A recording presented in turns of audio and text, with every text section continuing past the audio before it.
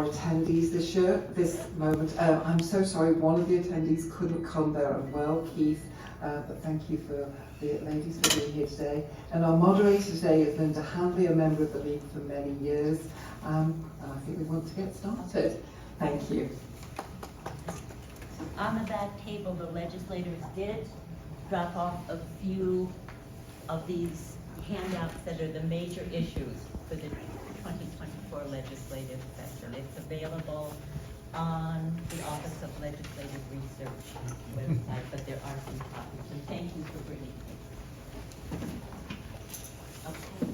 Good morning, everyone. I want to thank our legislators for being here this morning. I want to thank you all in the audience for being here this morning, and I want to thank the weather because the sun is shining and there's no snow and ice on the roads and sidewalks. So that's all I worry about when it's held at this time of the year.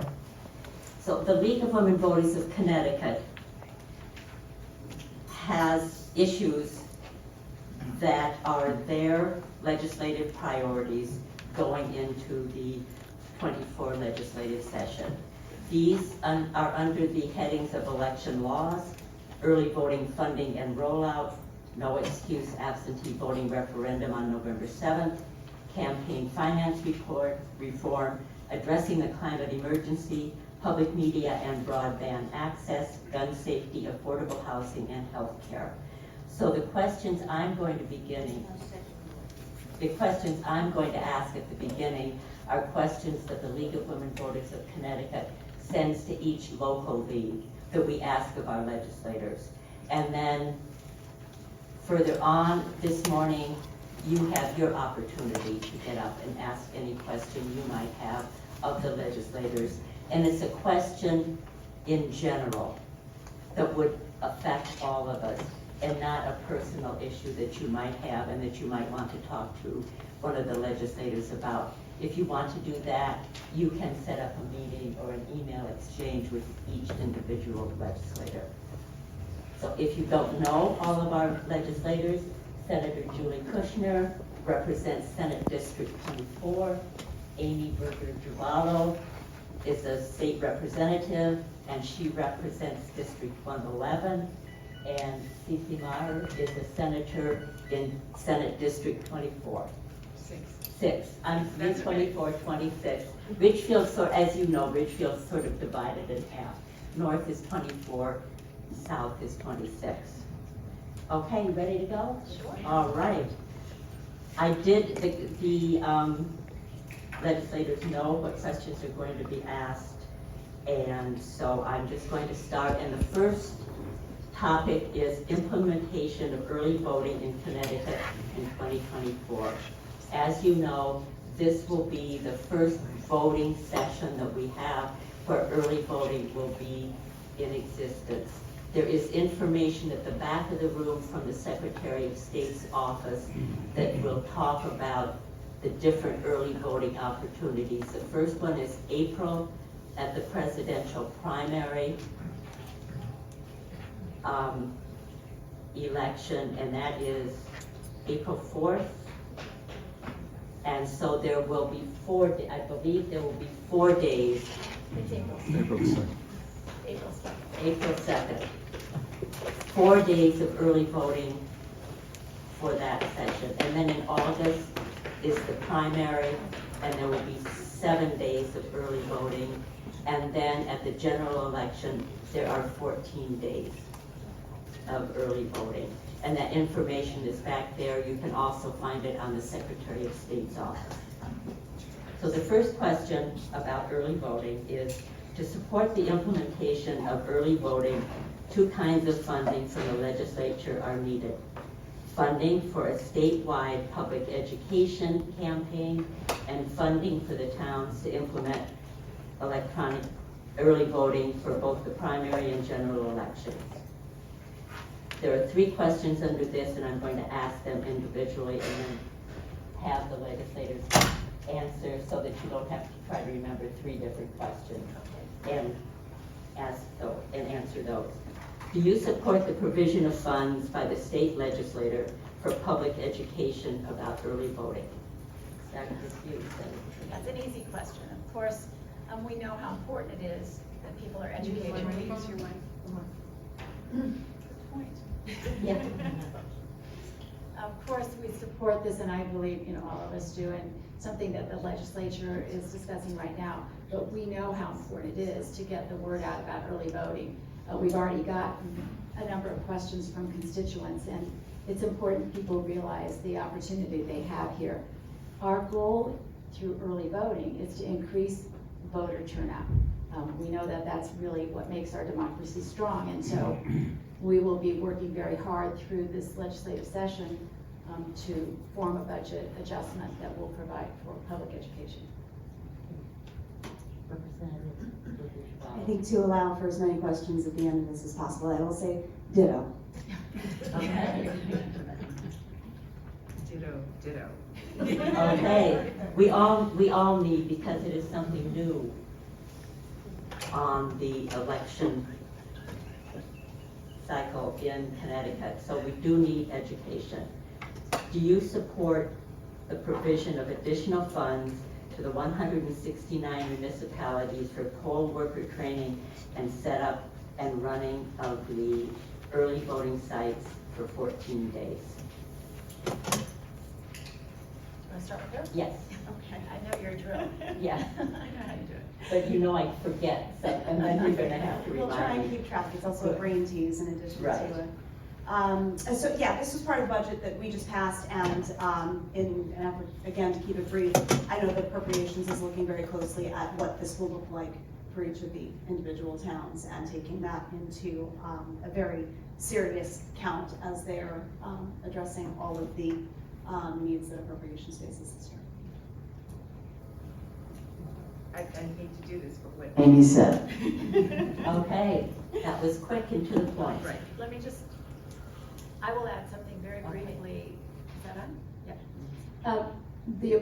So the governor provides a budget, and then the legislature has a whole process of reviewing all of those recommendations by the governor, and then we have our input. And I happen to serve on the Appropriations Committee. I can tell you there are subcommittees of the Appropriations Committee.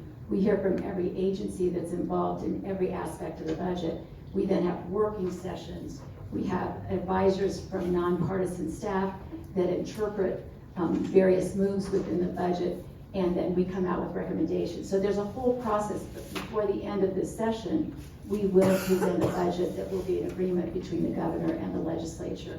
And I'm confident that we're going to be in a position to provide these extra resources that we need, particularly as we start up early voting.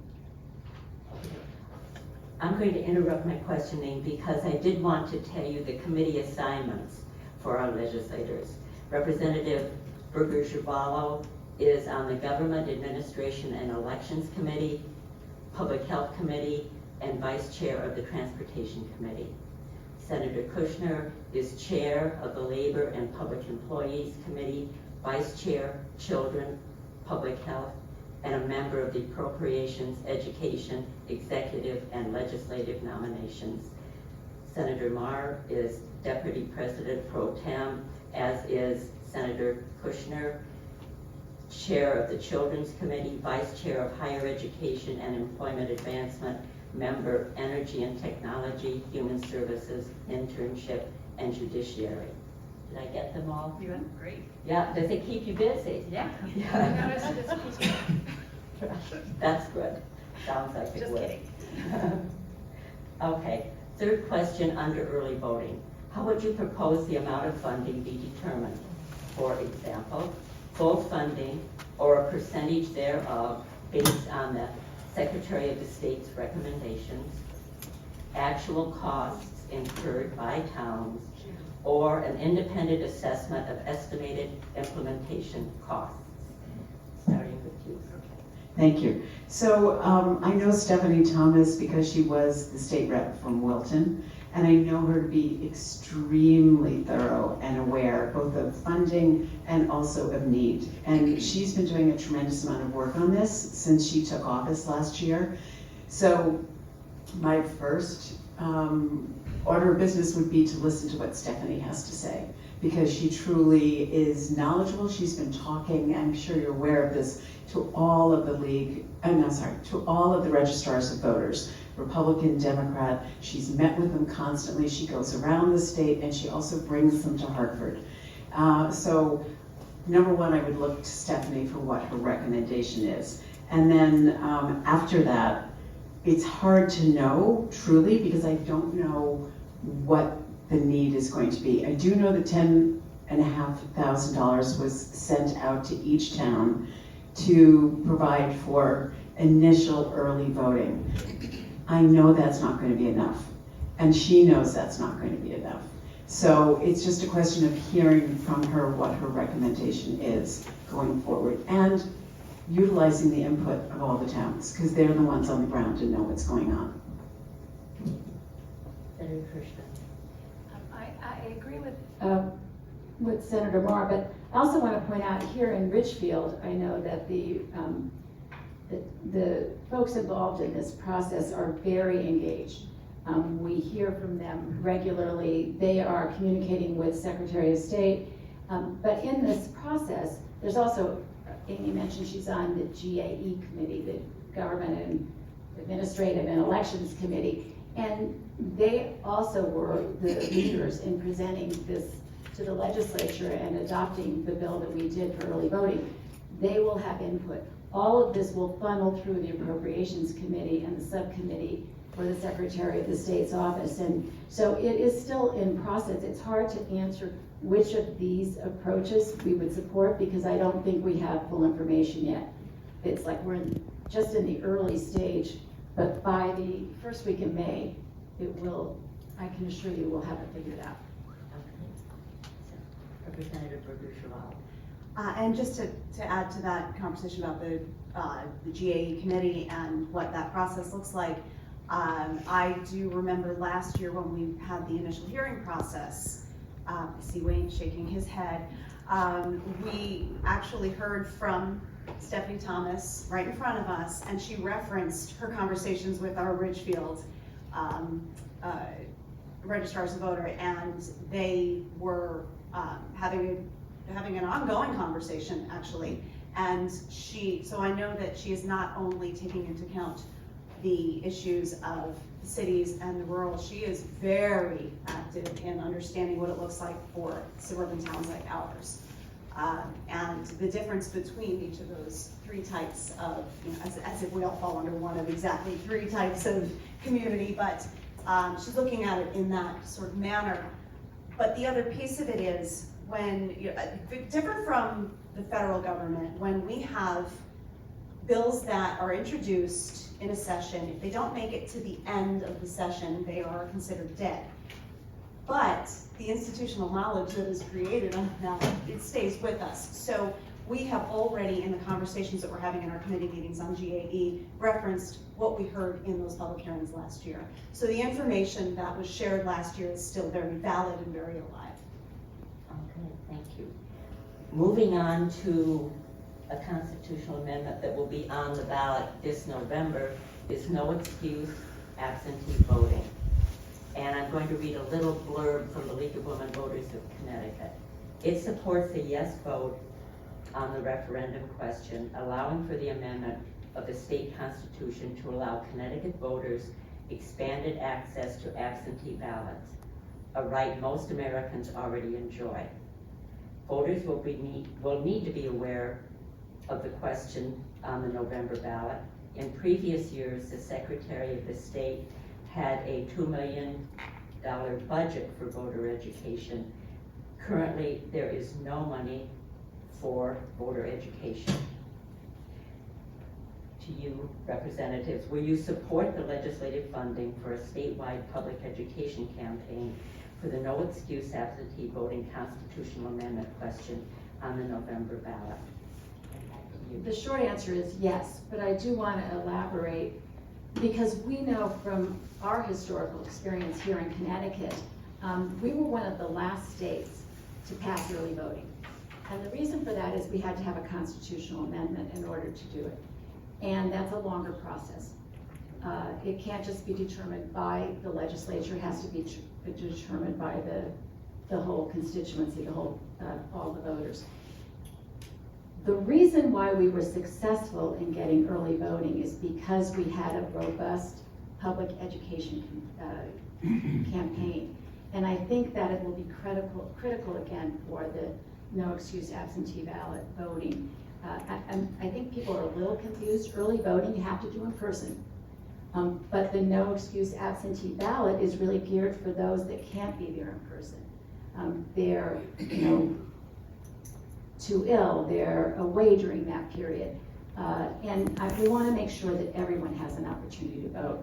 I think we saw during COVID, when people could vote by absentee ballot, there was a really much higher turnout of voters, and that's good for our democracy. So I'll not only be supporting it, but I think that it's really critical that we have a robust public education campaign this year. Representative Berger-Girvalo. Yes. A woman of many words. Yes. Well, I mean, I think that you'll see there's a lot of continuity in our belief systems. But, so yes, do I also? Yes, I do. And I'm just going to add a little bit more. There are, while I believe we should fund the statewide campaign, I also believe that it is essential that the on-the-ground groups and any of the people who are going door to door, whether they're campaigning, be that frontline conversation. So we'll all be going door to door this year. You can count on us to be talking about this with constituents. And when I went door to door 2 years ago, it was all about making sure that we had the early voting. And I talked to everyone about it, and people were so grateful to know that. So I think you've got to have the overarching, but you also have to have the on the ground. And that will be for all of the town committees, the Republican and Democratic town committees, to make sure that their people are also speaking to this if they're in favor of it. Now moving on to the next topic is gun safety. Last session's legislation did not include a specific prohibition against firearms in polling places because schools were already covered by a ban on weapons. Given the need for alternative polling places that early voting may require, which will likely place polling places in non-school spaces, a specific prohibition against firearms in polling places should be proposed. Would you be supportive of legislation barring guns from polling locations? Short answer, yes. Excuse me.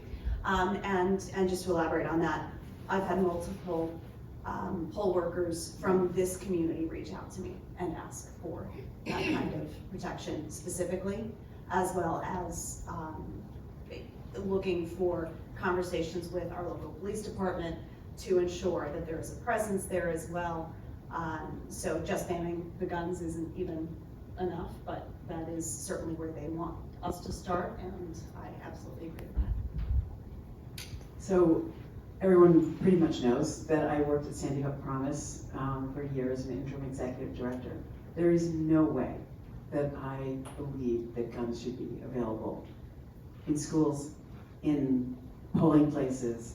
Absolutely not. We must protect. We see this time and again with gun violence, and it's not acceptable. It's just not. It ruins lives, not just the people who die. So we must make sure that this happens. I agree with my colleagues. Okay. Currently, is there a piece of legislation before you that's been submitted to have barring guns from polling locations? Actually, kind of early. Do you want to? It's actually just a little bit early to know all the bills. We're still in the process of raising concepts and having public hearings, and all of the bills aren't posted. So it's a little bit difficult to know what exactly is coming through. And in some instances, bills then get combined later on. So absolutely, I will be looking for it, but I don't know yet. Okay. And I don't think any of us do. What is the date, up until what date can legislation be proposed? It's different in each committee. So the way that it works in this short session is that if there was any individual legislator who wanted to propose That deadline passed a month ago almost. And if we wanted to propose a bill on our own through the system that we use, it had to be related to the budget. It had to be related to that in some way. Any other concept that we wanted to propose has to go through committee chairs in the short session. So if we wanted to do this, we would have to, assuming that was a public safety perhaps bill or a general law bill, or we would have to go directly to that chair. And they could. But then what happens with those bills is we raise all of the bills that are proposed in one meeting where we say, you know, these are the 60 concepts that we would like to raise. And then we start to see the language coming and the actual bill proposals. That's when they get a bill number. But we raise these concepts before they actually have a bill number. So we don't actually have access to all of that just yet. Okay. What we can do, and I assume that the league has done this on a statewide level, is to check in with those committees. And certainly we can do it. If you want to forward that question, we can make that request and find out what committee and if there is a bill and which committee it's in. So there will be public hearings, and that's a really important time to testify. Okay. And Connecticut Network, or CTN, has a lot of this information. You can go on to CTN on your computer and look at what's happening day by day and all the different bills.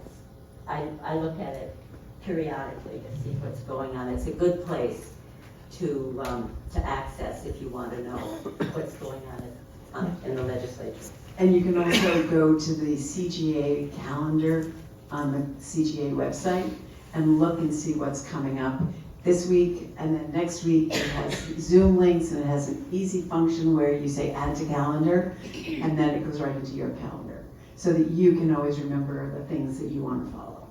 There are lots of things you can watch during the day that's going on in the legislature when they're in session. Okay, moving on to information technology.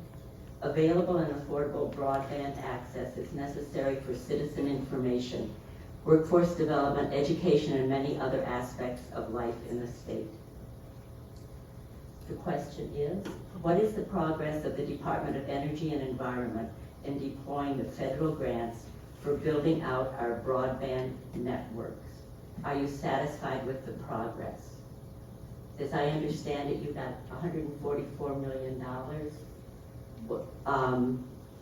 from the Infrastructure Act about putting high-speed, ensuring that high-speed internet access was available to everyone in the state. So it's actually coming through the Department of Administrative Services is how it's coming down, rather than the Department of Energy and Environment. And I sat with the commissioner recently to discuss this, and she's looking at every possible grant and every possible federal funding line that she can utilize to get broadband set up. So she's looking at social justice communities, but she's also looking at the entire state. It's an enormous lift, but we know that we have to do it because we know that the funding will go away if we don't get it done. So she's very committed to it, and the governor is very much behind her on that.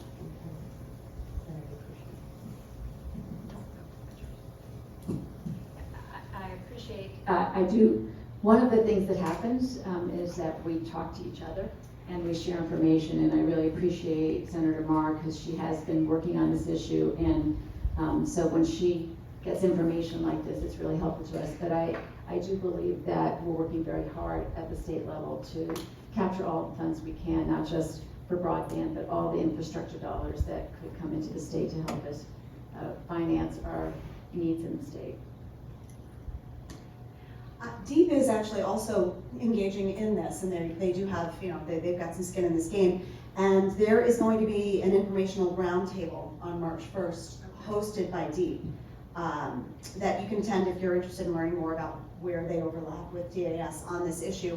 So if that's something that you're interested in, I've got my contact information back there. Shoot me an email and I'll be able to send you what the link is to register for that. And then as far as the funding and the speed, or that's an ironic word when we talk about distributing funds, there are multiple committees who have raised the concern that even once these funds are allotted, there's a determination of how much will go to a specific municipality or organization. It does often take a year, 2 years before those funds are distributed, and that is something that is being a conversation that's being had in multiple committees to try and figure out how we can speed up that process. Really, it becomes about efficiency, and that's something that is top of mind for so many. Okay. But I do want to, just to add on to that, just because sometimes we'll hear a year or two, you know, how's that possible? But it is important to note that there are responsibilities that we have to make sure that these funds are going to be spent as intended. And there's bidding processes because we want to make sure we're getting the best deal. And so it really, you know, it's complicated, and while I do agree that we should do everything we can to speed that process up, I want to make sure people have the right understanding that it's not because we don't want to get the money out or it's too bureaucratic. Part of this is really about ensuring that we're responsible about the way we're spending public dollars. Continuing on in information technology, funding for community access media, both cable and internet, has always been low in Connecticut compared to our neighbors, Massachusetts, Vermont, New York City. The level of access provided depends on the number of subscribers cable companies can charge fees to. The number of cable subscribers has been decreasing steadily since 2015. Nonprofit centers like Hartford Public Access TV, Citizens TV in New Haven, and Soundview in Bridgeport have had to cut staff. Recently, the state awarded $3.1 million to Connecticut Public, CPT, and Radio WNPR to recreate itself as something very much like public access studio. Do you think a special appropriation to help the existing nonprofits is also appropriate? Well, absolutely. I think it's appropriate. Whether or not we can do it is another question. I mean, this is the year that we're making budget adjustments. We passed a 2-year budget last year, and now we're looking at what adjustments need to be made in that budget. And I think it's very, very challenging. We have, as you've probably heard, fiscal guardrails that really require that we don't go above the spending cap.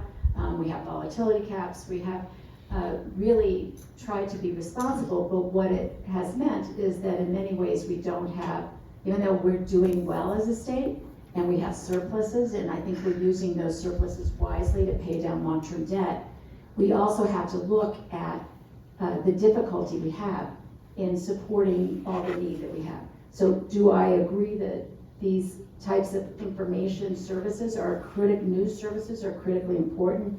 Yes, so is providing resources for nonprofits that are helping the elderly and the children and childcare. I mean, there's so many different nonprofits that we depend on in the state, and we're struggling to make sure that all of those have the resources they need. So I think it's a tough question, and this year may be the hardest year to make that happen. I think, every 2 years we take a fresh look, but to the extent that we can do it, I do support it.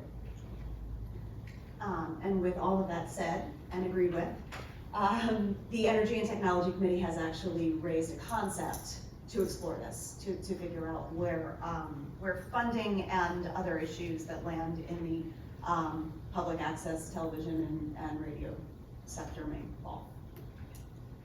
And just to add to that, I think it's incredibly important that we look at the way we get news out there and the fact that we need more vehicles for the news. And we don't want to have less media. Just in this morning's news, they were talking about how radio is diminishing and how we have larger providers, bigger companies providing, and the smaller companies are not able to survive.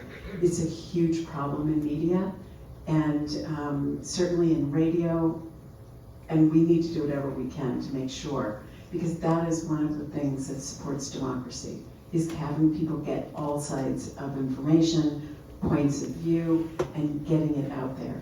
So I support it, but again, that's okay. Also aware that, and I just lost my train of thought, I'm sorry. Okay, not a problem, thank you. Okay, moving on to climate change. Many bills were introduced last year that were designed to improve our environment. Virtually none of them passed. The question is, would you support a bill that would require the state to buy only electric vehicles starting in 2025? Yes. We're not. Excellent. I guess it's me. Well, so I voted for, and I think everybody here did, and Public Act 22-25, they're not concerning the Connecticut Clean Air Act. It was, yes, it did begin as SB4, to actually move this legislation forward. Now, when we talk about 2025 versus 2030, which is what was set in that particular legislation, would I love to see that? Absolutely. Is that feasible? Not likely.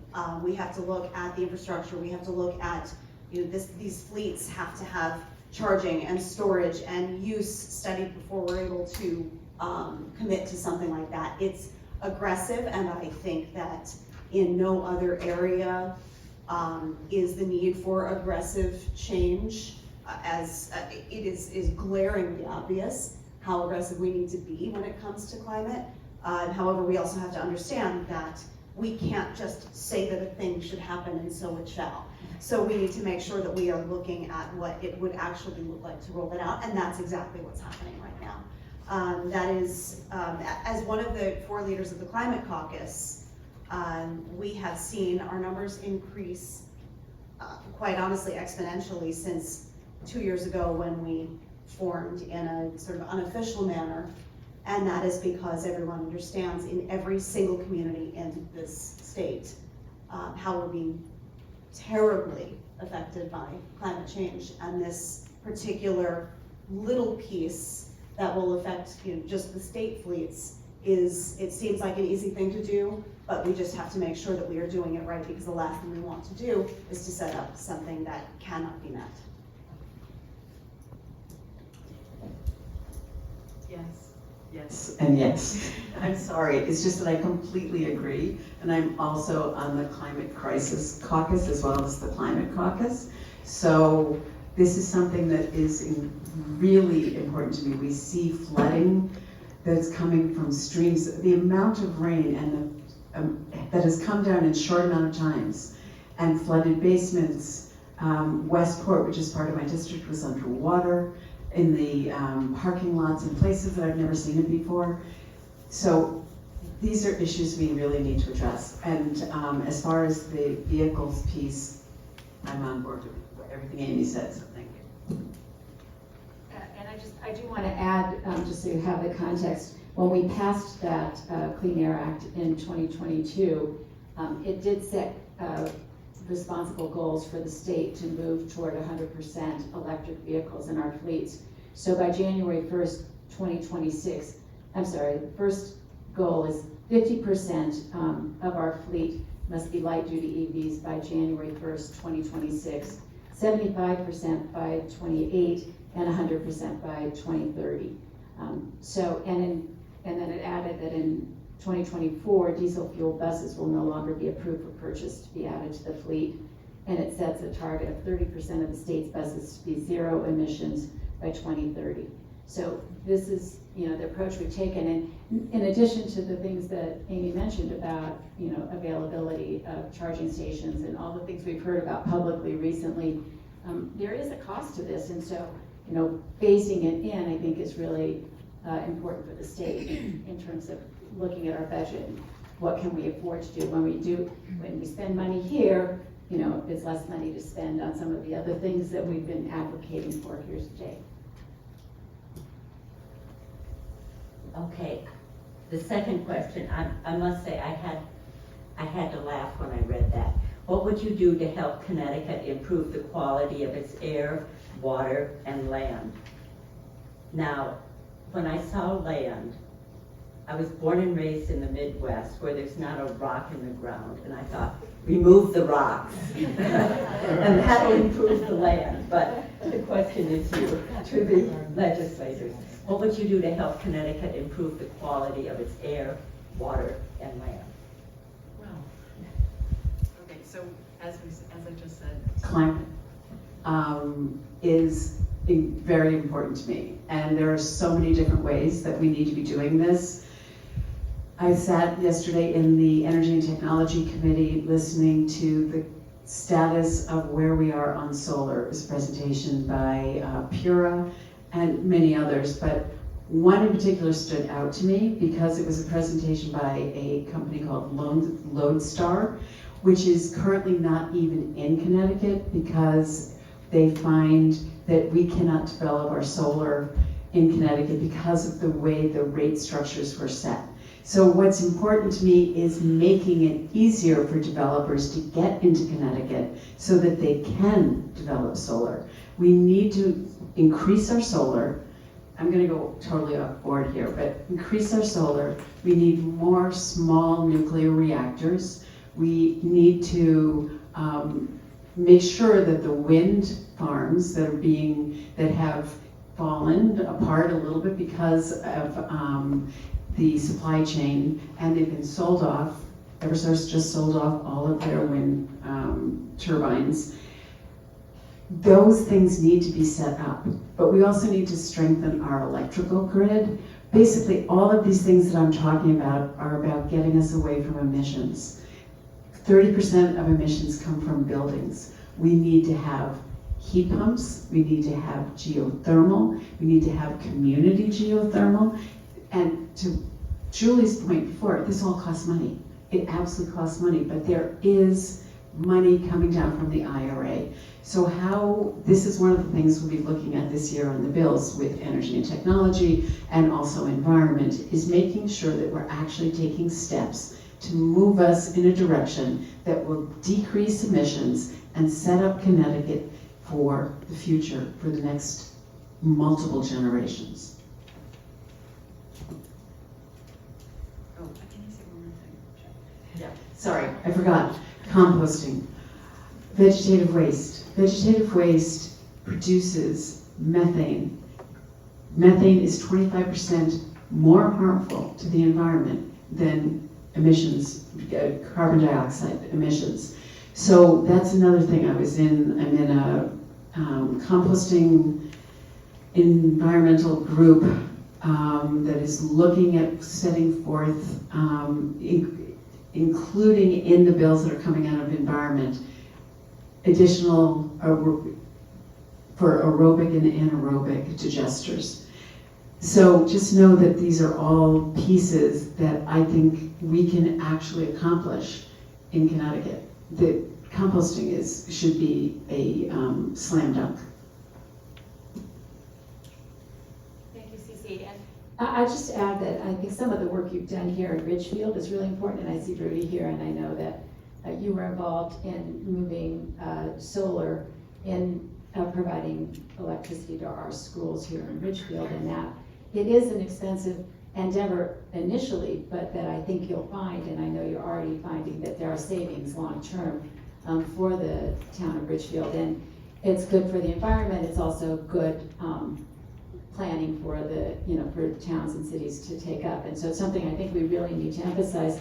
You have a leader in your community and setting up these solar projects. I know he worked with you on making it happen. I met with him recently, gave me tons of information about how we can move toward community solar. Something that I asked the committee to take up, the E&T committee to take up, is community solar, so that we have constituents that live in these large developments with homeowners associations and would like to see solar available at that level. I know I live in an area that's very wooded, but we have one large circle in our, directly across the street that has no trees on it, we could put in a field of solar there and provide the whole community with electricity. And these are things that I'd like to see us do. It's complicated, and as I've learned, there is a relationship between when we are putting in more solar and the whole grid,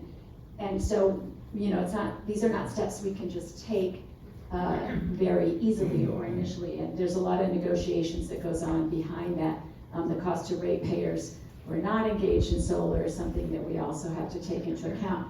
But I do think this is the direction we need to go in. It's really important for the environment, and it's going to take some time, but I think we need to get started now. So I fully support all of these efforts. I do pay very close attention to the advocates in this area and have had a 100% voting record for the League of Conservation Voters. I've been endorsed by them because I think we need to look at the experts in this area that are really guiding us through the process. Another area that is a significant contributor to emissions is actually the construction sector. And last year, I actually proposed a bill last year that would require all new construction sites in state buildings to use a pozzolan material that was, I want to make sure I'm not calling it the wrong thing, low embodied carbon concrete. For some reason, I always want to say low embedded, and I know that that's the wrong word, but my brain will let me get past it, so I always have to read that. Low embodied carbon concrete, which actually is produced right here in Connecticut. There is a small company called Urban Mining, and they take recycled glass and create this very, very strong pozzolan material. And what that does is we're taking glass out of landfill. We have a huge waste problem in this state, in the country for sure, but in this state in particular. And I know that, we're looking at, we talk about what we're doing right here in this community, the solar, we and I are having a conversation with our eyes here. The solar composting that was added, which has become an example for the rest of the state. There are people who are coming to visit our little baby solar composting project and starting to implement it in their spaces. But in introducing this bill to require this type of material used in new construction, it actually didn't move forward, but that was only a function of time. It was going to, you didn't have time to pick it up in the Senate at the end of the session. But because of it, the Department of Administrative Services actually looked very closely at this and thought, hey, maybe we should do this before we're told we have to, and they started doing it. So the legislation was proposed, and now it ends up being a mandate that's not even necessary because they're just taking this on. So the next thing that we are considering looking at is whether in new construction of schools this becomes. So this is taking us to the next level in state-owned or state-produced construction. So there are so many little ways, they seem like these little things, but they end up having a tremendous impact. And then when you add to that, it's a Connecticut company who will now be able to, we're gonna increase their revenue, and they're also going to be, they're in demand now for states around us. I believe, I hope I'm not wrong about the town, I believe Westport actually built, I don't remember if it was a library or a part of their public school with the recycled glass that came directly from their town, and so they're very excited about the fact that this was a product of their own recycling, and now they have this incredible new building, and it's just something that these little tiny steps are so important. So I think that's. Bridgeport is doing it right now.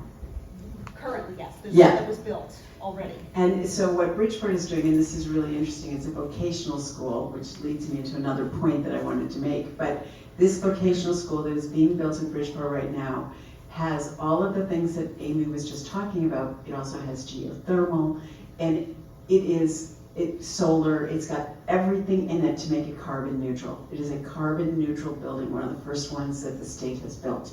So it's very exciting, and it's going to be a, what's the expression? It's going to be demonstration building so that other towns and communities can come and look at what they've accomplished and see the low in cost of running this particular building. But the vocational piece is what I want to mention.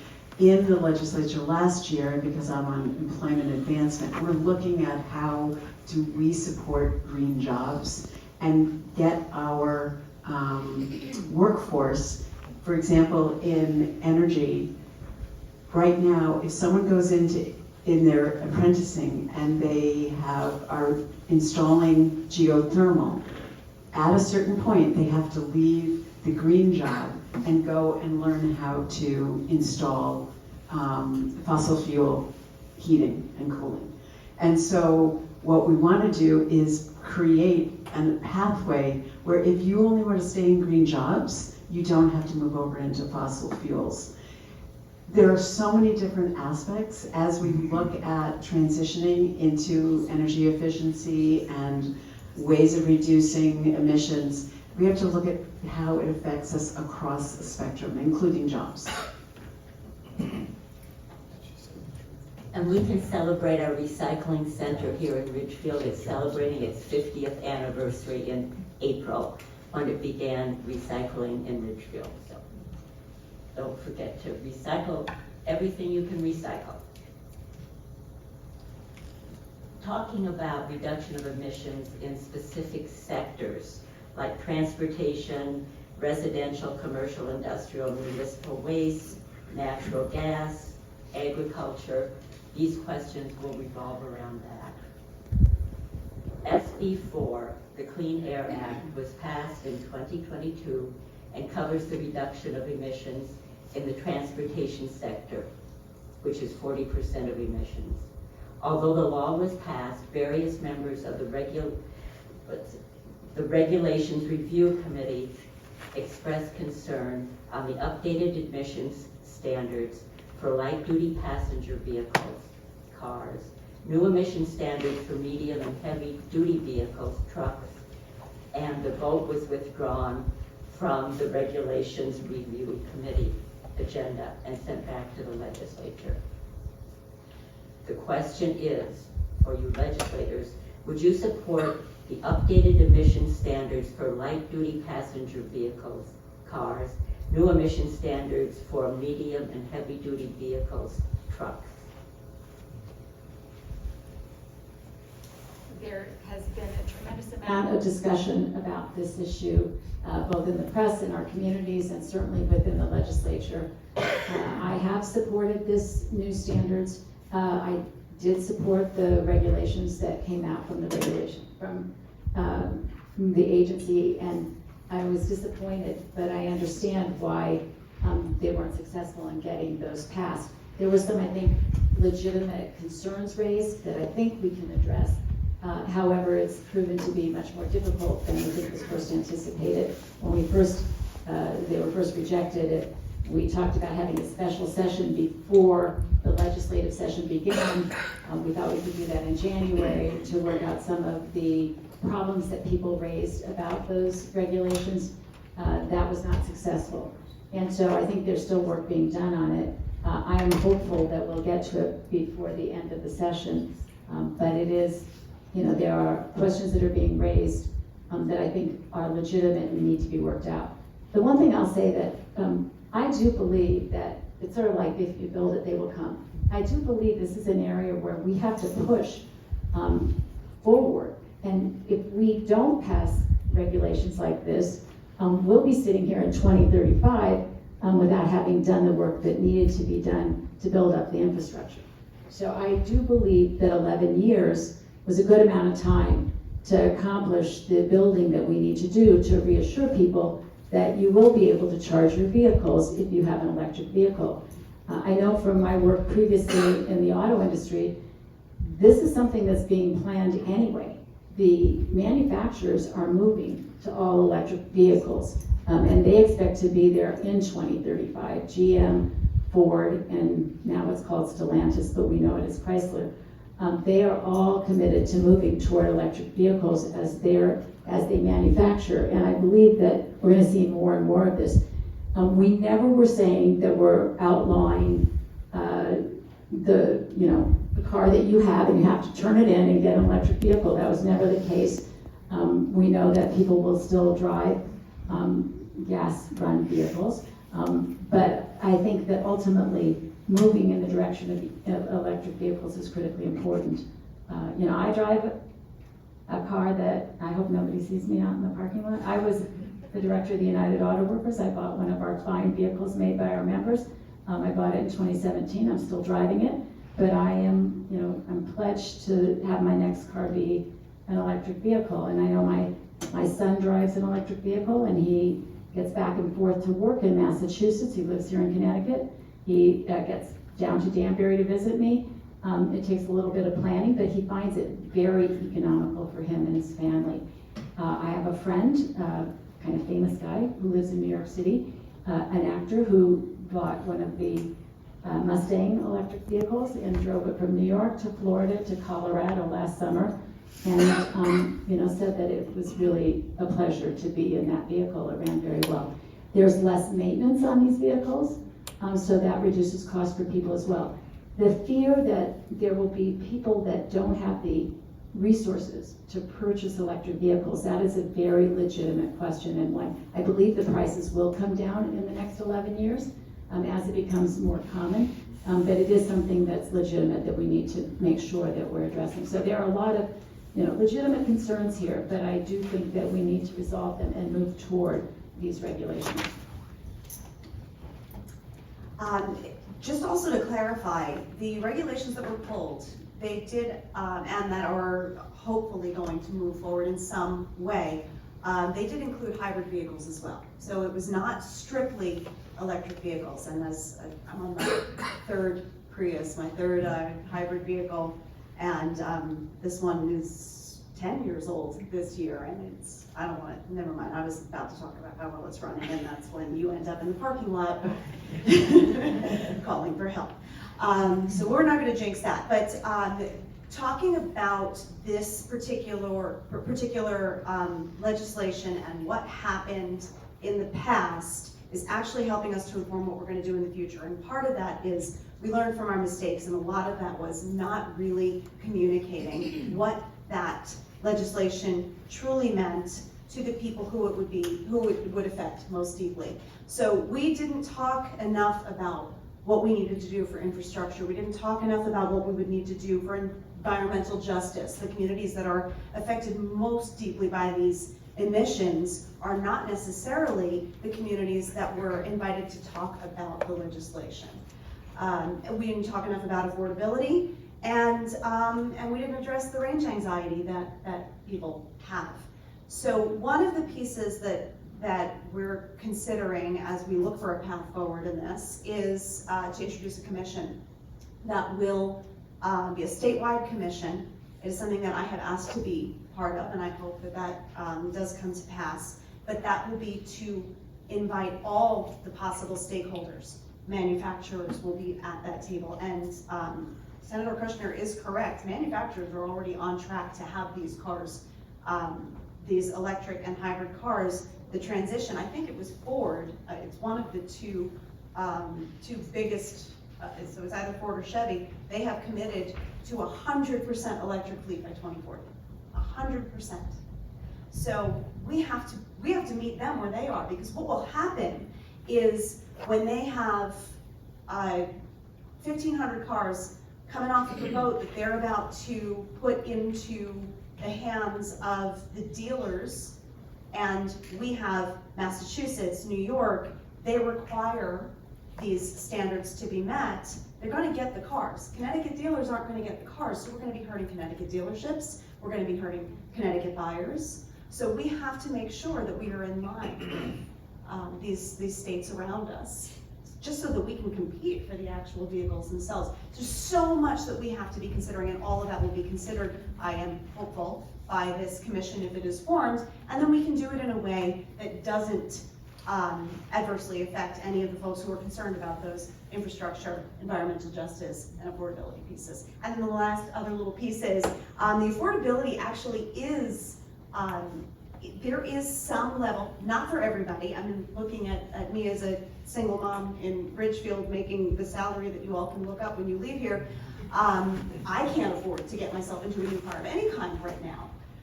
So I understand that that is a very real limitation for probably the majority of people at this point.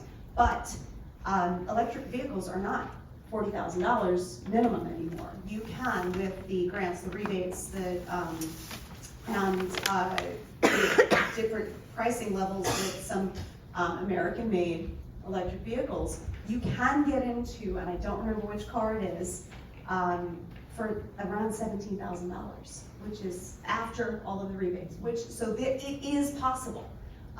Is that accessible for everyone? Absolutely not, but it is definitely already coming down. Yeah. Well, there is, Well, there's a lot to be said about this. They've said so much. So I'm just going to throw just a few more things. One, we had to decide in Connecticut if we were going to go with the California standards on electric vehicles or the federal standards. And we chose to go with California because they were the more strict and rigid of the standards. And so that is the underpinning of this regulatory committee, is the fact that there was uncertainty about, did we make the right choice? So that was just one piece of it. Everything else that my colleagues have said is also true. Another piece of this is when we're doing the planning, and I think that was a really big item that came up during the committee. When we're doing the planning for the future, we can't just think about having residential charging stations. We have to have community charging stations. And in cities, inner cities, where there are apartment buildings, we need to know what that plan is going to be so that people can charge their cars. So there's a lot of planning that needs to go into it, and I think while I was also very disappointed that we pulled out and didn't vote on the approving the regulatory committee, I do believe it was the right decision because we need to be thoughtful and planning on it. And I do also believe we will get there because market forces will drive it. My last question is, the next sector that needs to be addressed is buildings, residential and commercial, which account for 30% of emissions. The question for you legislators is, would you support electrification of the building sector? Representative You're up. Remember when we told you to keep track of that? These two have, I have not. So the Connecticut Building Code is constantly being updated, as I see the planning and zoning director, who can attest to that most likely. But in these updates, we are requiring more and more electrification. It's certainly an important step to dealing with climate change. I think it's a critical one, as I think I stated before, even the building, as Senator Maher stated, the building sector, 30% of emissions, which is the second largest contributor after transportation. So we do definitely need to do this. As always, depending on what the proposal looks like, there isn't currently one that is in front of us, but it is definitely something that I would support. Also would support, but I also know that we need to increase our electric grid. We truly do. And we need to figure out the ways to bring the costs down on electricity. And that is, I think, a huge issue right now. You're reading about it in the papers most likely. Both United Illuminating and Eversource have asked for rate increases, which would translate into, I think it was $38 for Eversource and $26 for United Illuminating. We really need to get a handle on our electric grid. We are buying, I'm not sure about this, I know this was the plan, I don't know if it went through, hydroelectric from Quebec in order to support it. Did it go through? Okay. And the increased need for energy is, we have to plan for it and we have to strengthen our grid. And it's just, there's so many things that we have to think about. It's really a game of chess to figure out that we get it. And it's three-dimensional chess. So that we're getting all the pieces together.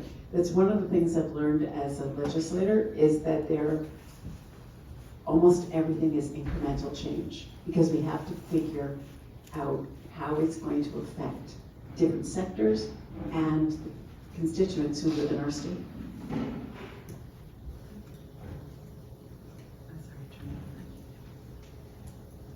I do agree that that's the direction we need to move in, and I think that the different ways that we are trying to tackle this through all the things that Ceci talked about in terms of the grid are critically important. What's happening right now, we did have the chair of the Energy and Technology Committee did brief the Senate Democratic Caucus on some of the rate increases that are being demanded by these utility companies and some of the reasons for it. And some of the reasons, frankly, aren't acceptable. I mean, it's just not acceptable that they're looking to, earn back money that was lost because they made a bad business decision. So that is, something that we're really trying to focus on. But I do think that ultimately this is a good direction for us to move in, and so I would support it. As we started. That completes my questions from the league. Thank you very much. I did want to mention, that there are 4 legislators who represent various parts of Ridgefield. Representative Denning was not able to be here today, so he sends his apologies, but he is unwell today. So 3 of our legislators are here, and Representative Denning represents a little corner of southwest Ridgefield. So now it's your turn. I'm going to open the floor to anyone who has questions for our legislators. I'm going to take one of the microphones. Maybe questioners can line up down the center aisle and we'll just come in a row, please. You want to do that? No. Okay. Hello? Yes. Do you need any? And the introduction questions, or anything like that? remember, the question should be general in nature and not a specific question that you might have on one of your individual concerns. That's for a one-on-one conversation with an individual legislator. So take it away. Do you need, to introduce yourself or anything like that, or just ask a question?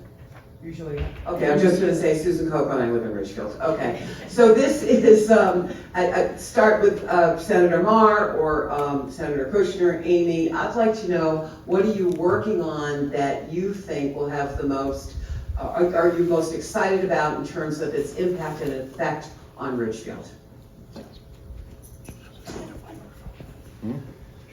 It's the chair of the Children's Committee, which is something that I very much enjoyed the past year.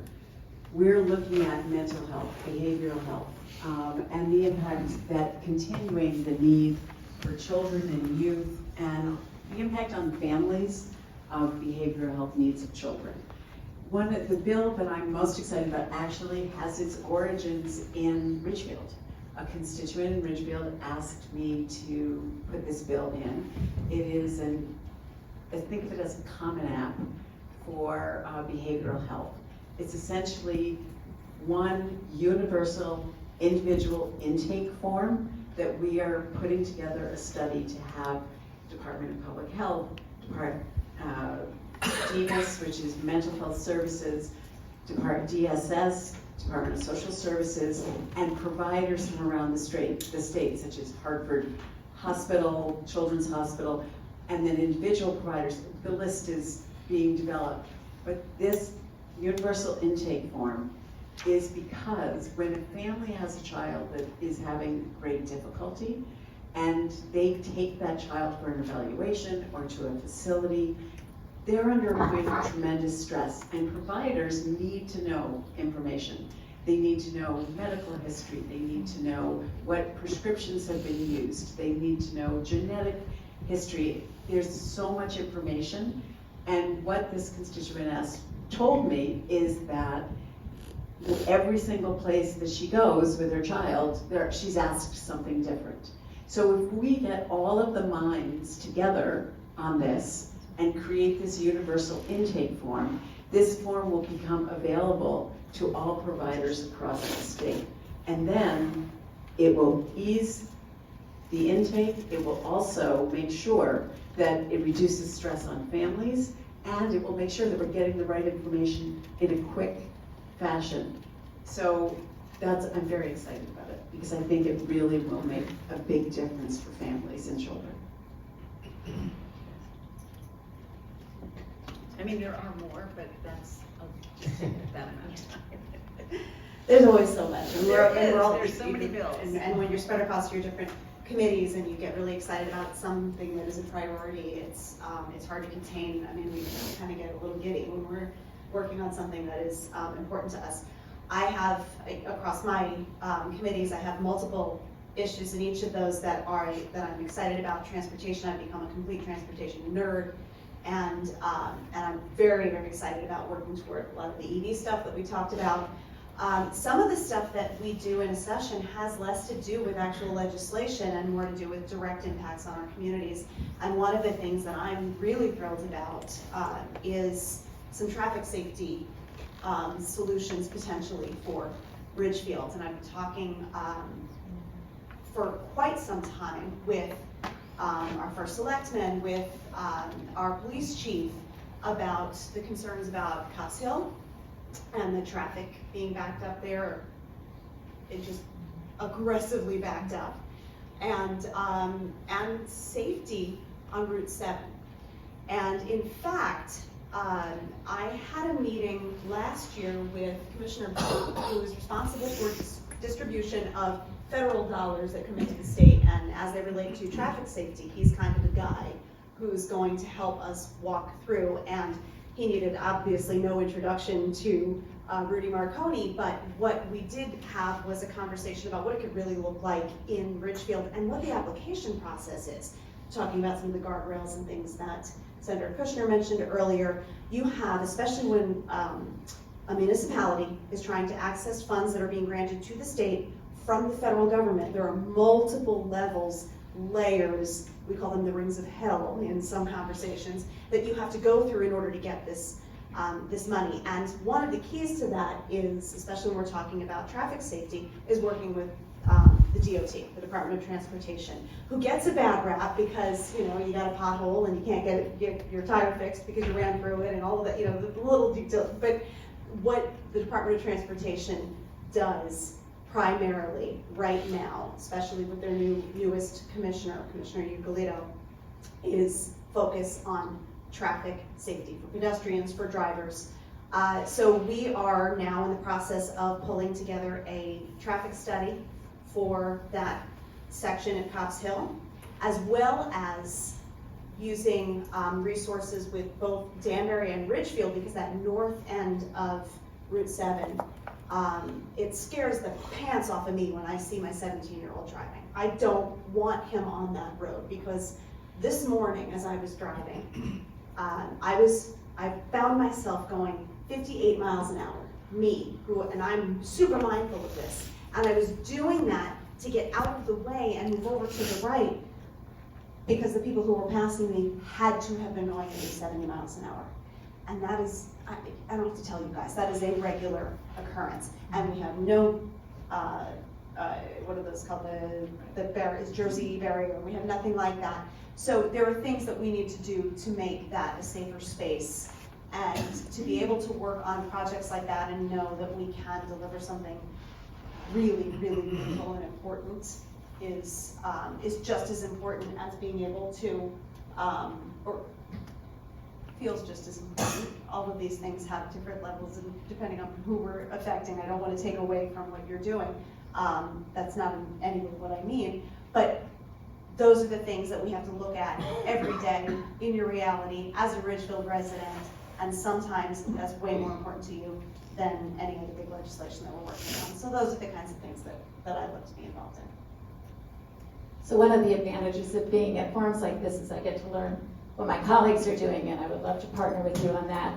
Unfortunately, we lost a constituent of mine. Their 25-year-old daughter died on that part of Route 7 last year, and attending the Shiva service was really very difficult. So I'm happy to work with you on that and add my voice and the Danbury voice of the constituents that live in that area. For me, I would say, we work right now, especially in this part of the session, we're really, really involved in making sure that our committee work gets done. And so as chair of the Labor Committee, my bills and my total focus has to be on moving those bills through public hearing and through the committee so they have the opportunity to go to both chambers. One of the bills that I'm working on that is really important is revisions in the Paid Family Medical Leave Act. I should say these revisions are rather minor. I don't believe there are major issues that we need to resolve, but they will help us administer this program, which you know we passed in 2019. I am very connected to it on an ongoing basis. One of the things that I find most exciting is that just this week, we passed 100,000 Connecticut workers who have benefited from the program. And that's an incredible number in just a short period of time, just 2 years. And so we think that program's working very well. There has been a lot of discussion, you may have read about it, about reducing the contribution rate for workers. We've also had advocates who have said, can we increase the benefits? And I've worked with the Paid Family Leave Authority to say no to both groups because, in fact, it's too soon to know the actual usage that we're going to have when this program is fully utilized. And so we would not want to put ourselves in a position where later we would have to revisit the contribution rate.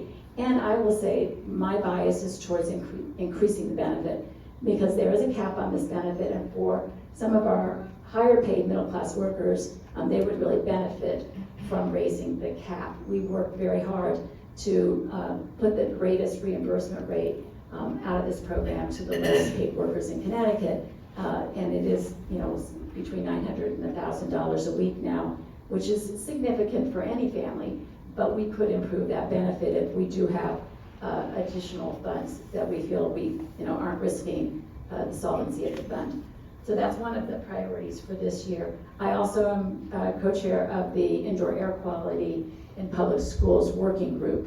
That is something that we will have legislation on. We just met yesterday to approve recommendations. One of the concerns that will impact Ridgefield, we have in statute already the requirement that every school building has an assessment by a licensed technician and meet certain standards for the state.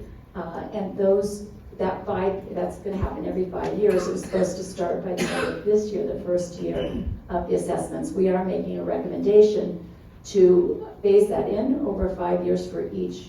Our recommendation would be that each district, school district, has 5 years to complete the assessment so that every year you would be required to do 20% of your buildings. We also will probably give an extension so that first year you could make up for 25% over 4 years to give, especially for budgetary reasons, the need to spread this out a bit. So that is one of the priorities for me this session. In the budget process, we have to be really careful at looking at all of the budget arrangements we made last year and making sure they're protected in this session. So I've been looking really closely at what is Ridgefield getting, what is Danbury getting, what is New Fairfield getting, and making sure that we're preserving those dollars that were already promised to nonprofits and to other organizations within our district. And that's an important part of the budget process that we'll be engaged in. And I would say that if any of you here know of new money that you feel like we would benefit from here in Ridgefield, I don't think there's going to be a lot of room to get new budget asks this year, but it's certainly something you should let me know about soon. Let us all know about soon so we can put it on our list. And then finally, the big bill that will come out of the Labor Committee that I think will affect workers all over the state is the paid sick days bill. We passed this originally in 2011, but it only covers employers that employ about 12% of our workforce. And so there are 1.6 million workers in Connecticut that don't have the requirement of paid sick days. Now, many of them receive paid sick days from, employers who are trying to do the right thing, including small businesses in our state that are doing this already. But it is something that we think every employee in Connecticut should have, both because of the way people live paycheck to paycheck, but it's a public health issue. We had a teacher testify about when a kid comes to school sick because their parent doesn't have a paid sick day, it spreads through the whole classroom to the staff, everybody gets sick, and it really is a public health issue. So that's something that I'm very excited about. We got it pretty far last year, but got too close to the end of session, couldn't deal with some of the questions that were raised. But we feel confident that this year we're going to be able to pass that for everyone in Connecticut. Okay, next question, please. Scott DeYoung, Ridgefield. So many issues with respect to broadband. At least in Ridgefield, I don't think we need anything. We've got Comcast and we've got Eversource putting in broadband. Government doesn't need to do anything. Maybe those outfits are getting some kind of support, but hey, it's happening. That wasn't my major concern. Climate, 100% on board, we have a problem. We don't have a solution. 100% of the EVs are charged with fossil fuel. It's incremental demand on energy. As long as there's a fossil plant feeding the grid on an incremental basis, it's going to be 100% fossil fuel. You may feel virtuous about it. According to at least one set of statistics, the Northeast grid is 49% fed by natural gas, and renewables are 11%.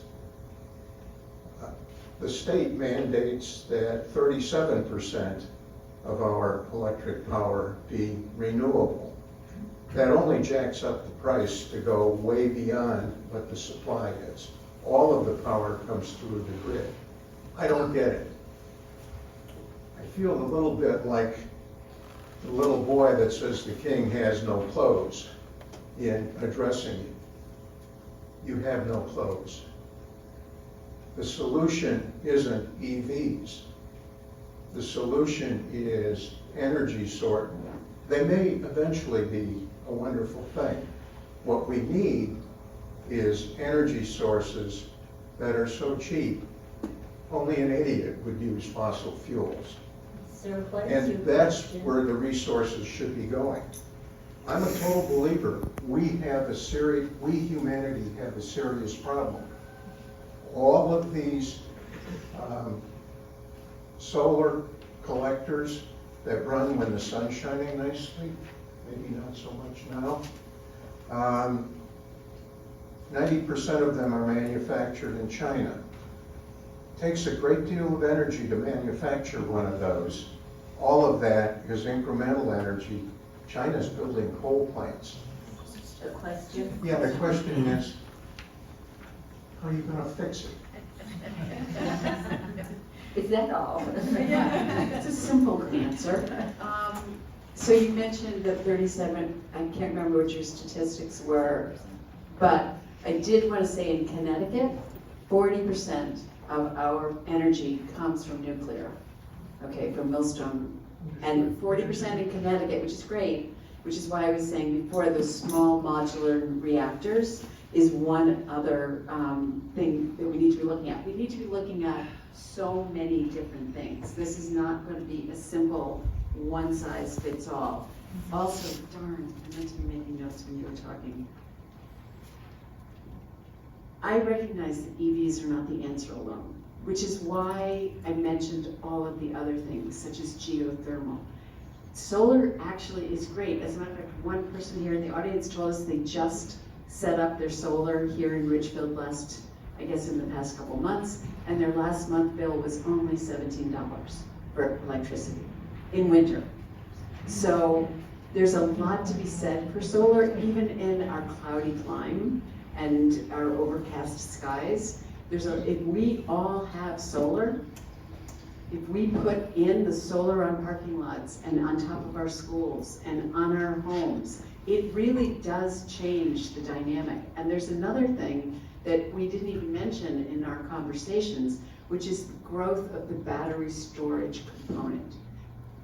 Batteries to store the solar power and the electricity are growing, being developed. As a matter of fact, I believe there's one right here in Danbury. I mean, Cadenza, Yeah. Danbury, yeah. and so And we're, fuel cell, there's also fuel cell in Danbury. right, so we're at the origins of all of these things, and I understand your frustration and saying the emperor has no clothes, and right now, maybe he's only got on his underwear, but we're working towards it. You don't even think he's got that?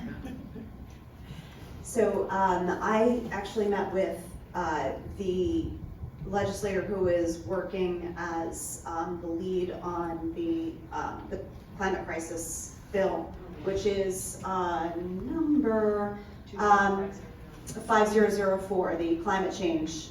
So this would be everything that isn't addressed in the EV bill, which is most things, okay? I mentioned the EV bill strictly because I'm Vice Chair of Transportation. That is what is within my purview. As the Committee of Cognizance, the Environment Committee is who is pretty much driving that particular legislation. She gave me an unofficial outline of what the goals are to include in this bill. A lot of the things you're talking about are in there, finally. So it's talking about a timeline for emissions reduction. So we'll be at 45% reduction by 2030, 70% by 2040, and net zero by 2050 is the goal, potentially. Is that aggressive enough? I don't even know if I'll be here in 2050. But it is at least setting goals that could potentially be attainable and could be sped up. It is looking at the electric grid and being carbon zero in a much more aggressive manner. Amending other areas to require DEEP to hire consultants to actually work and report to the environment and the E&T committees. There are so many details in here that they are shooting for, and most of them are a lot more aggressive than we have heard coming out of Connecticut so far. I will tell you, I am with you 100%. The greatest disappointment that I have felt, and I think that we've talked about this as well as a delegation, is the lack of action on climate change. And we are finally starting to understand that we can't just show up as the group who represents this one corner of the state without making sure that we have engaged every member of this, of the General Assembly, thereby representing all 169 communities who are going to have very different needs. And I think in the past what we have tried to do is, as environmental warriors, many of us have tried to propose things that are going to make the changes that you're looking for, that we're looking for, without taking into consideration what it will really look like if it's achievable, and how it will potentially either adversely or positively affect communities that don't look like ours. So we are finally having conversations, very honest and very realistic conversations about that. I am hopeful that these grand ideas, this huge list of ideas for the climate change bill, which we know will get whittled down because of what is doable and what is not, but I am hopeful that it will have much more meaningful legislation proposals than we have seen so far, ever. I'll just quickly add that the fact that the three of us are here is because the people who live in our districts really support strong initiatives to protect our environment, because we all have had that as part of our record and also part of our platform.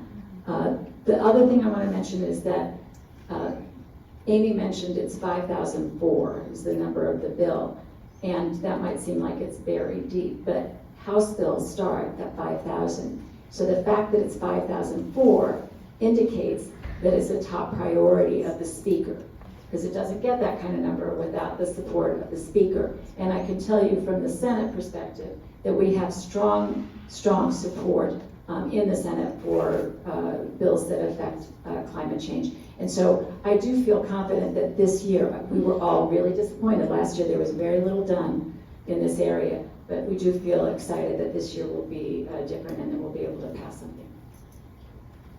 So I also wanted to mention that this bill is climate crisis bill. It's not just a climate bill, it's a climate crisis, because that's how aware we are that this is a problem. And I was asked, even though it's a House bill, I was asked as one of the senators to bring this and socialize it and get it passed in the Senate.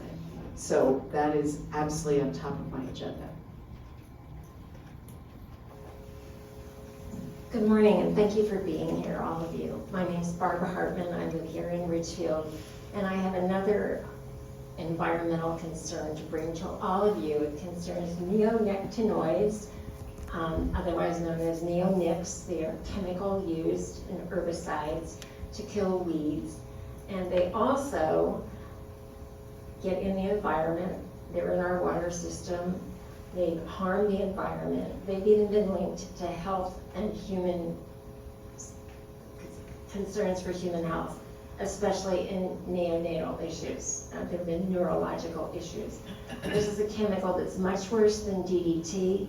We got rid of DDT years ago, and it's time to get rid of this one, or at least limit it dramatically. So my question is there a bill that's going to be coming forth this year? Is it going to get passed? And do you need any help from us to get it passed? I can just tell you that I called Chair of the Environment Committee a couple weeks before we started the session, just to say to him, what are we doing with rodenticides and neonicotinoids this year? We've got to do something about it. And he assured me that he was raising these bills. And last year that didn't happen. They were raised. Well, they were raised, but we didn't get them passed. Yes. But I have a feeling from speaking with him that he's not going to raise them if he didn't think he's going to get them passed, because you just generally don't shoot yourself in your own foot. So, in a short session. So, yes, I think the answer is I expect that they will be raised, but my partners over here clearly have other thoughts, so I'm going to pass this on. No? I agree. I think it No, will. I meant you have additional thoughts. Oh, traditional, yeah, I think it will get passed. I'm a little biased because the woman who is lobbying for that bill, for the neonicotinoids, she's actually one of my closest friends, and so we whenever there is a problem, she's gonna be sure to let us know. So I feel it was very disappointing last year. It got very close to passing, and then it was pulled. So we are very alert to that, and I think the problem was more in the Senate, so it's something that we're going to be working on. Is this where I get to make a joke about, the Senate? Because you are buffered by us right now. I mean, I could Just go kidding. to the House if you want. No, there are no problems in the House, knock it off. Everybody here has supported that, and we are all very encouraged by what we're getting from committee leadership on that issue. And thank you for your advocacy on that. Oh, what can you do? You did ask that. So it's really important that that people attend these public hearings. I can tell you with all of my heart and full vibrating energy that public hearing testimony has changed the minds of legislators. 40% of the bills are changed after Yes. they've been heard in public hearing. It's real. So show up. You can show up by Zoom, you can show up in person, you get your friends to show up, you get your grandchildren and children and cousins and nephews to show up. It's important that we hear from people, and I'm telling you, it really does affect how legislators see an issue. How can you let us know those? I'm just looking now. I'm gonna get you the answer, because I'm texting my friend, when is the public hearing? And you could look at CT Network, Or and you could go through Yeah. their calendar, and it will give the different committee meetings throughout the month, And throughout the once session. they have a bill number, you can actually track a bill on the CGA website. You can find out whether or not it's got a hearing, you can do all of that. So it is, You actually put into the tracking device. You put the bill number into the tracking, and it sends you automatic updates to your emails. Hi, my name is Gavin Watson. I live here in Ridgefield. Absolutely fabulous, all the stuff I've been hearing today, very exciting. So my question is about possible environmental rights amendment for the state of Connecticut. So some states have a provision in their state constitution that protects or ensures the right to clean water, air, climate, and for existing people and future generations. So just wondering if there's something like that going on in Connecticut, and if so, what the status might be. Because I just personally, I think that this great way to kind of get everybody on the same page. This is who we are. This is what we stand for. This is where we're going. Overall view. And I understand that some people may have a feeling like, oh yeah, but that's going to make us spend money on certain things or do certain stuff. But I just also think that it's great to have something like that that just clarifies and can unite people and give people an idea where we might be going.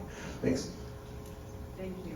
I have seen the Environmental Bill of Rights, and I know it is being discussed, but again, it's a short session, so that's why I don't think it's going to come up this year, but I don't know. I haven't seen all the bills.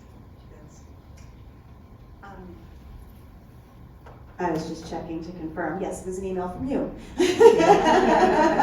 I forwarded your question to the chairs of the Environment Committee as soon as I got it, just to try and understand where that stands. And as far as I understand, I have not gotten an official response, but as far as I understand, the language in an actual amendment is not on the table at the moment.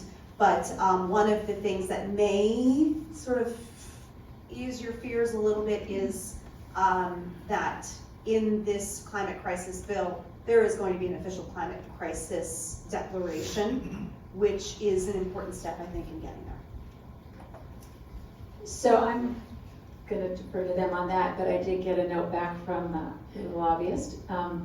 So on the neonicotinoids, I think the hearing will be on the 8th of March.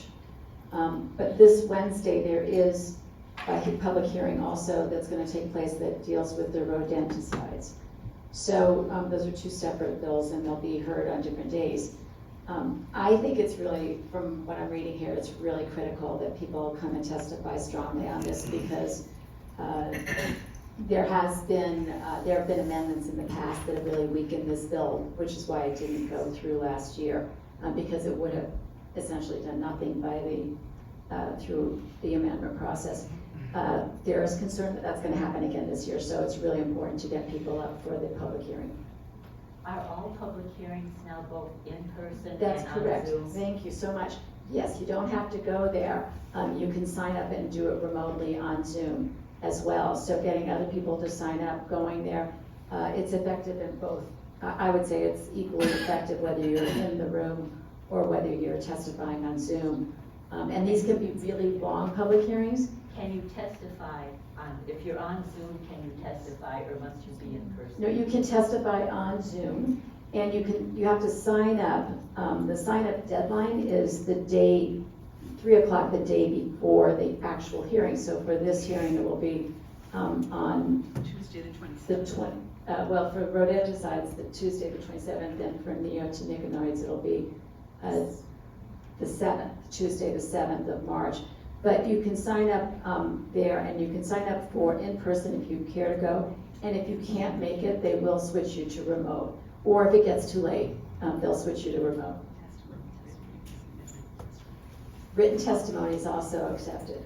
I prefer, as a committee chair, the testimony either remotely or in person, because I think it really makes a bigger impact than the written testimony. But if you can't do it, then written testimony. There are legislators who read every bit of written testimony. Can you check the dates on that? Because I don't think Tuesday the 7th is the 7th of March.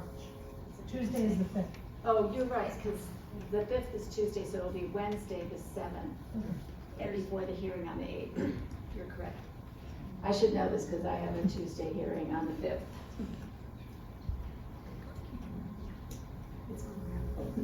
Hi, good morning. Thank you very much. I am Dawn Marie Callahan, and I appreciate you guys coming out to speak to our town.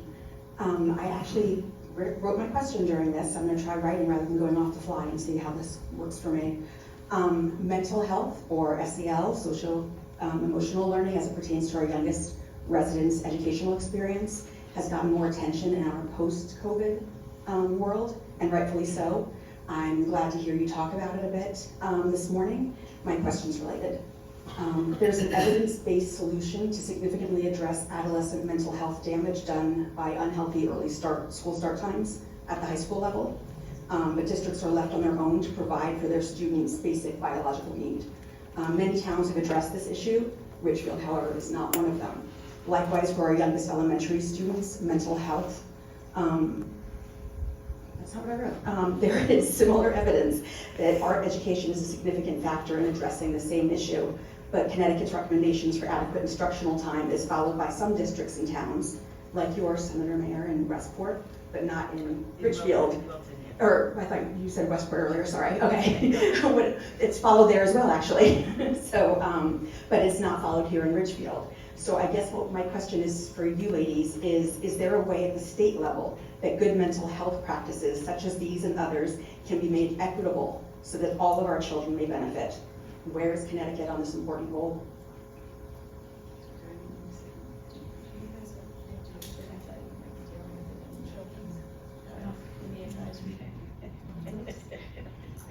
We all have opinions on it. Okay, well, I will just say that I don't sit in education, and I'm glad you brought it up, because I sit as one of the tri-chairs of the Children's Behavioral Health Planning and Policy Oversight Committee, which is separate from my Children's Committee. So I've been with that committee now for over a year. We've been meeting regularly ever since it was started last June. No one has brought up the idea of start times in the mental health landscape. So I'll go back to my committee and we have so many providers. We have 65 providers from across the state who are part of this, whether it's a department or a commission or, or a facility or hospitals. So I will ask them that question and I will pass.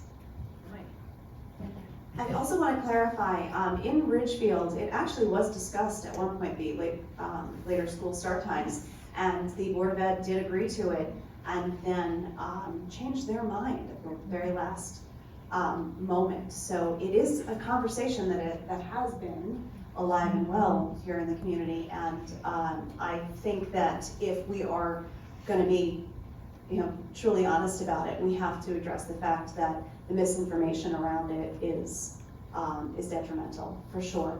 With that said, I don't sit on education or children's, and I did have a conversation with the chair of education last year about it because someone from our community was advocating for potentially a later school start time at the state level. So I introduced the two of them so that they could talk about it, and unfortunately, there doesn't seem to be at this moment enough of an appetite for it to get any real momentum. So this is another area where making sure that you are communicating with other people who are, if you've got groups of people who want to be heard, we can certainly connect you with all of the right people for you to do that.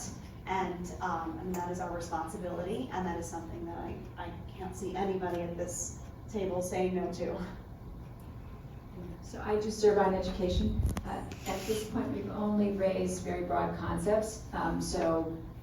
This issue could fall within many of those concepts that have been raised, but I'm not working on the specific aspects that will be part of those bills. That is generally done by the leadership of the committee, in this case by the co-chairs, the vice chairs, and the ranking members.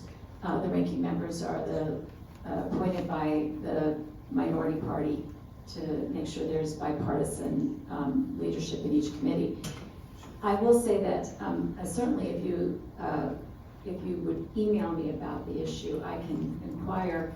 The co-chair of the indoor air quality working group that I work really closely with is leadership on the education committee, so I'm able to ask her about it and if it's come up.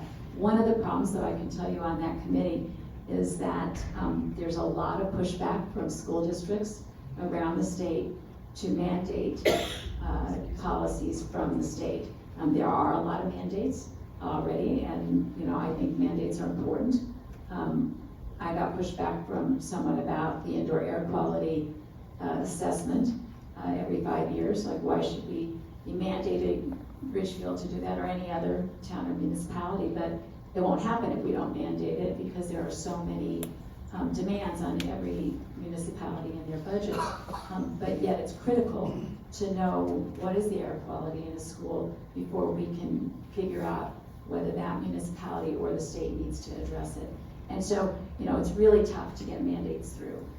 They're especially hard, and in education particularly. And there's been recently a lot of disagreement about some of the mandates that have recently been passed in the legislature. So I think it's a tough one, but I'm certainly happy to check in with Jennifer Lieber. She's really, really top of these issues and served on the school board previous to this in her town, Fairfield. So definitely we'll connect, and I'll give you my email address and you can send it to her. I appreciate it, and we're talking about 4,400 of our residents. Yeah, right. So it affects everybody, all of our students. Yep, thank you. Thank you. Thank you, ladies. I'm really impressed with all of your knowledge, and so grateful that you all have such interesting leadership roles in your various committees. I'm standing before you because I have a question regarding the state ability to deliver on all of the wonderful things that we'd like to do. And I know that in the last couple of years, there's been a large reduction, or at least turnover in state government employees. Retirement packages, I guess, were offered, which helped with budget things, but I myself have done some of the grant work that you described for many of the federal dollars that will come down, and often what's needed are state employees who will understand and be able to navigate that process. There was mention here of engineers that would be needed, for example, to have knowledgeable and project planning ability right at the state level. So my question to you is, what success is the state having in rebuilding its workforce and staying within its budget limits to do so and still deliver, say, the dollars coming from the federal level down to the communities that need it? Because I do know what it's like to complete one of those applications. Your name, please. My name is Angela. Thank you. That's a really interesting question, very tough one. It's something that I've been involved with from the Labor and Public Employees Committee, so our committee specifically addresses state employees. In 2017, we dramatically reduced the size of the state workforce through, we changed the pensions so that if you didn't retire by state certain, you would have a reduced pension going forward. And that retirement cliff happened a year or two ago. I think it's 2 years ago now. And the result was that we had a lot of unfilled positions. We are already hurting from the 2017 reductions. Now, I deal mostly with the Department of Labor, and I can tell you their workforce was reduced by 35% in 2017. That's a huge reduction. I hope to have a meeting with the commissioner this week, because my understanding is she will add a fiscal note to almost all the labor bills that we're trying to pass, because she doesn't have a workforce to enforce any new laws that we pass regarding Connecticut workers. This is not just, I'm most familiar with DOL, but this is true in many of the different agencies. I know in DOT, for instance, in the Department of Transportation, huge problems getting the infrastructure dollars out, huge problems with the number of engineers that we have at this time in the state. So this is a real serious issue. How do we address it? There is a bill that we're putting in from our committee to increase the size of the wage and hours inspectors by 45 new positions. I'm not optimistic that that will happen, but I think it's important to underscore how if we don't have a state workforce, we can't enforce the laws that we have. We can't, as you mentioned, bring in new federal monies that get distributed quickly. So it is a serious issue. The fiscal guardrails we have in place from 2017 that require us to stay under the spending cap and doesn't allow for new appropriations beyond the spending cap, that's a real problem. One of the bills I voted on yesterday was an act concerning exclusion of aid to distressed municipalities from the spending cap. So one of the things that we are looking at, and I will say the President of the Senate has been supportive of this, is are there areas of appropriations now that should not come under the spending cap, so that we would free up some money to do many, many things that need to be addressed in the state at this point. And state employment is just one of those issues. So it's really tough, and I feel really appreciative of the work of people that stay in state government. Generally speaking, the benefits in the past were very good, not as good today as they used to be, and the salaries are lower than you would find outside in the private sector for many of these key positions. And so I appreciate people who stay in the state workforce because it's critical for us to be able to operate effectively. So thanks for your question. I'll just add that across every committee that I can think of, workforce development is part of the conversation, no matter what agency you may be tied to. Looking at the nonprofits that support all of our agency work, all of that, workforce is an issue everywhere. And just to pile on, Department of Children and Families has a new commissioner designate that has not been voted on yet, but I was at her exec noms hearing last week, and she said that she's had a 30% turnover in workforce since COVID. So that's pretty significant. And here's the other thing that you need to know about this. It also, isn't it DAS that oversees the human resources? And so DCF or any of these other commissioners, they don't hire their own forces. It all goes through human resources. Yes, no? Well, Yes and no?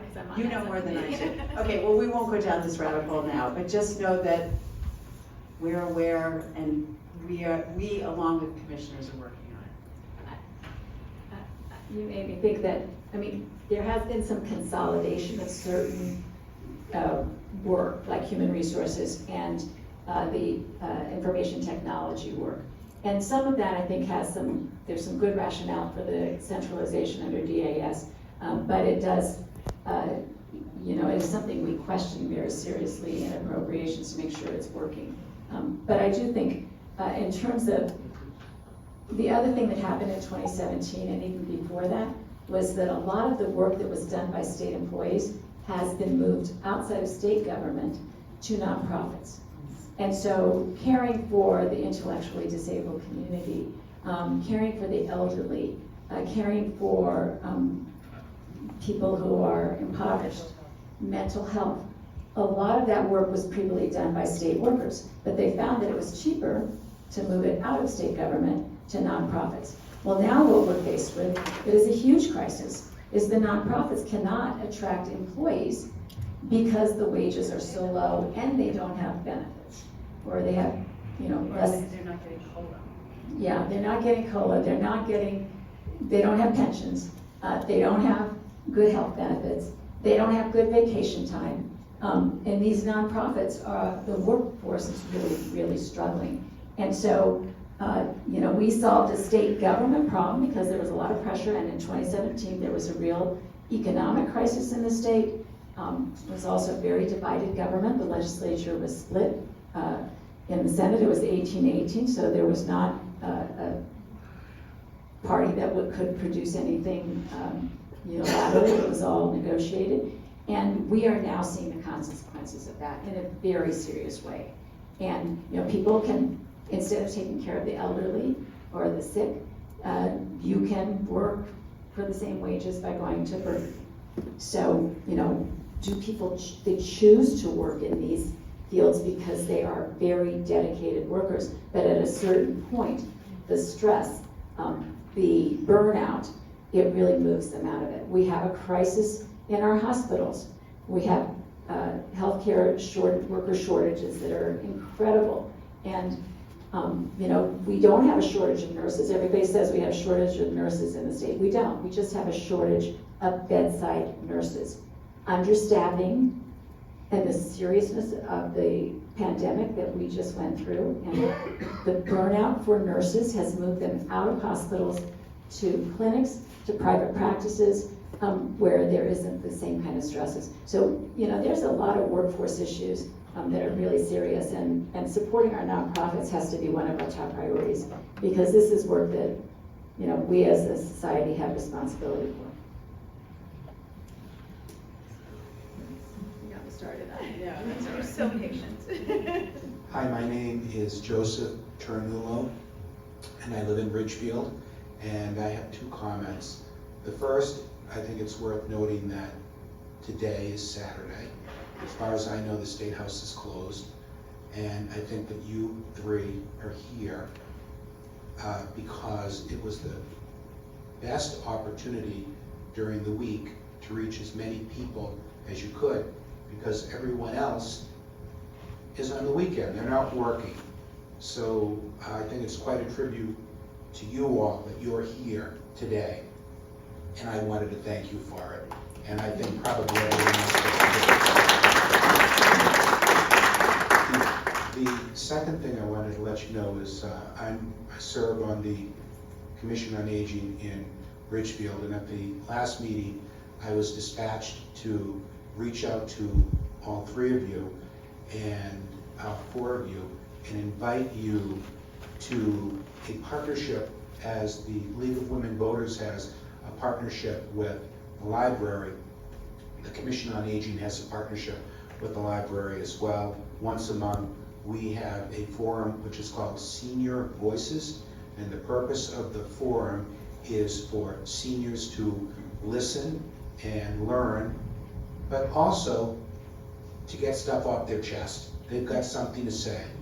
And so I was asked to extend an invitation to you anytime to come and speak to the at the Senior Voices Forum. You let us know when you want to speak, either collectively or individually, and we'll be standing by with the red carpet. Now, I will let you know that this is not for the faint of heart. So seniors have something to say, and they're not bashful about it. However, our esteemed first selectman, Mr. Marconi, spoke at the inaugural session, and he will be back on, so he's lived through it, and he will be back on March 12th, I think it is, Tuesday the 12th, where he will be presenting the results of the senior survey that was administered to all seniors in town. Now, Senator Maher contributed to those questions, and so we just want to let you know that it's a good forum, it's growing, it's a great partnership, and we would welcome you if you're interested. Thank you. Yes, yes, definitely. And I wanted to actually just let you know that of those speaker priority bills, 5001, so the number one, the first bill is on aging and protection for seniors and improved nursing home oversight and things like that, as well as access and protection and access to the nonprofits that seniors so often use. So we are all, I'm sure, I don't actually want to speak to the people at the table, so I'll hand the mic over, but we are all eager to have those conversations. And one of the struggles, the very practical struggles that we have with reaching seniors is less likely to be engaging in the way that we do, which is predominantly electronically, through email and through social media. So to have any connection to such a large and critical, important portion of our districts is, I love it. I love it. Thank you so much for the invitation. I would love to join you. Can we set it up in May when we're out of session? Because I was in Hartford 4 times this week, and we're like... So we can set it up for any day of the week, or any time you want to set it up. Oh, I'm happy to come during the week once session ends on May 8th. But in the interim, could you possibly send all of us, after you've announced the results of the surveys, could you share it with us? Because I know I'd love to have it. So I don't want to steal our first selectman's thunder, but I think many of the issues that you discussed are top of mind with the respondents. Over 2,000 respondents, and they are generally taxes, lower them, transportation, we need more transportation, safety, having to do with some of the things you mentioned, Aimee, on Cops Hill and so forth. So taxes, transportation, and traffic. Makes sense, yeah. I would hurry if I were you, because Marconi is aging fast. We will send you that. We will send that to you. I would like to thank each of you for coming this morning. I would like to thank our legislators for appearing this morning. It's been a pleasure to work with you. You respond so quickly, and to set this up, it has been a pleasure to work with you. Good luck for the rest of the session. Thank you. I do have to apologize. None of us thanked you. Yes. So thank you and thank the library. Always thank the library. All right. And it's just about 12 o'clock, as we said.